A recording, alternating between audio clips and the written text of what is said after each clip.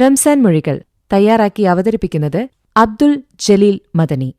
ഉത്തരവാദിത്തബോധം മനുഷ്യന്റെ ക്രിയാത്മകത വർദ്ധിപ്പിക്കും. സംതൃപ്തമായ ജീവിതം നയിക്കാൻ അവനെ പ്രാപ്തനാക്കും.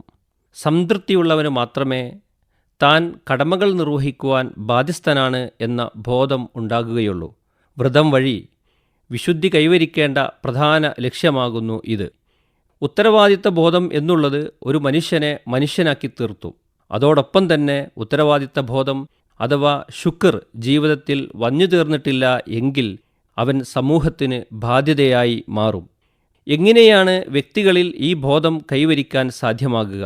മനുഷ്യ മനസ്സിൽ രൂപപ്പെടേണ്ട സംതൃപ്തിയിൽ നിന്നാണ് ഞാൻ കടപ്പെട്ടവനാണ് എന്ന ചിന്തയും പ്രവർത്തനവും ഉടലെടുക്കുകയുള്ളൂ. സംതൃപ്തി ആസ്വദിക്കാൻ ഓരോ വ്യക്തിയെയും പ്രാപ്തനാക്കുക തൻ്റെ മനോഭാവത്തിലൂടെയാണ്. ഇത്തരം മനോഭാവങ്ങൾ രൂപപ്പെടേണ്ടത് തന്നെക്കാൾ ജീവിത നിലവാരം താഴ്ന്നവരിലേക്ക് നോക്കിയാണ്. ലോകത്തിൻ്റെ ഏറ്റവും വലിയ സമ്പന്നൻ ആരാണ് എന്ന് കണ്ടെത്തുക വളരെ എളുപ്പമായിരിക്കും. എന്നാൽ നമ്മുടെ ചുറ്റുപാടുകളിൽ ജീവിക്കുന്ന പരമദരിദ്രനെ കണ്ടെത്തുക ഏറെ ശ്രമകരമാണ്.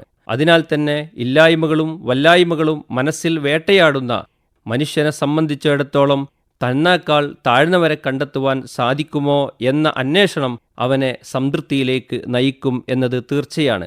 അതുവഴി കടമകൾ നിർവഹിക്കുവാൻ സാധിക്കുകയും മാതൃകാ വ്യക്തിയായി തീരുവാനും കണ്ണീരൊപ്പാൻ കൈകോർക്കൽ പദ്ധതിയുടെ മുന്നണി പോരാളിയായി പ്രവർത്തിക്കുവാനും അവനെ പ്രാപ്തനാക്കും. വ്രതവിശുദ്ധി ഇത്തരത്തിലാണ് വ്യക്തിയെ ശുദ്ധീകരിക്കേണ്ടത്.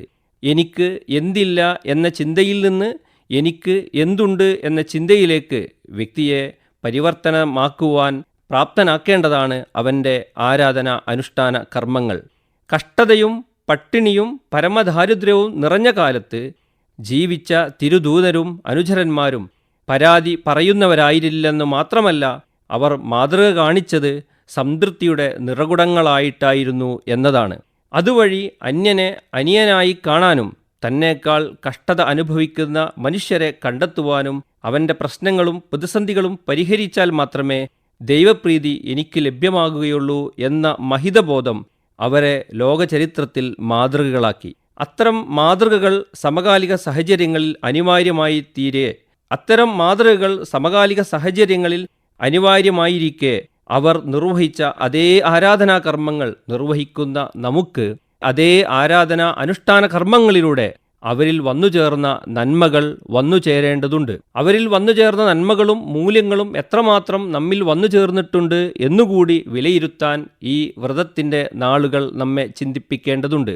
ഭൂമിയിലുള്ളവരോട് കരുണ കാണിക്കാത്തവരോട് ആകാശത്തുള്ളവൻ കരുണ കാണിക്കുകയില്ല എന്ന സ്രഷ്ടാവിൻ്റെ വചനങ്ങളും അതല്ലെങ്കിൽ മതബോധവും ജീവിതത്തിൽ പാലിക്കേണ്ടതുണ്ട്. മറിച്ച് ജീവിതത്തിൽ എന്തെല്ലാം ഞാൻ നേടി, എന്തെല്ലാം ഇല്ലാത്തവനാണ് എന്ന ചിന്തകളിൽ നിന്ന് മാറി എനിക്കെന്തെല്ലാം കാര്യങ്ങൾ നേടിയെടുക്കാൻ സാധിച്ചിട്ടുണ്ട് എന്ന ചിന്തയിൽ നിന്ന് സമസൃഷ്ടികളായ മനുഷ്യൻ്റെ പ്രശ്നങ്ങൾ പരിഹരിക്കുന്നതിലും അവൻ്റെ പ്രതിസന്ധികൾ മാറ്റുന്നതിലും പ്രാപ്തനാക്കുക വഴി സ്രഷ്ടാവിൻ്റെ ദൈവപ്രീതി എനിക്ക് കരഗതമാക്കാൻ സാധിക്കും എന്ന ചിന്തയാണ് ഓരോ വിശ്വാസിയുടെയും ജീവിതത്തിൽ ഉണ്ടാകേണ്ടത്. അത്തരത്തിൽ നമ്മുടെ മനോഭാവങ്ങൾ നമ്മേക്കാൾ താഴ്ന്നവരിലേക്ക് നോക്കി ക്രമപ്പെടുത്താനും ചിട്ടപ്പെടുത്തുവാനും സാധ്യമാകേണ്ടതുണ്ട്. അതുവഴി ജീവിതത്തിൻ്റെ മാതൃകകളായി തീരുവാൻ ഈ വ്രതനാളുകൾ നമുക്ക് സാധ്യമാകട്ടെ. ദൈവത്തിൻ്റെ അനുഗ്രഹം ഉണ്ടാകട്ടെ. റംസാൻ മൊഴികൾ തയ്യാറാക്കി അവതരിപ്പിച്ചത് അബ്ദുൽ ജലീൽ മദനി.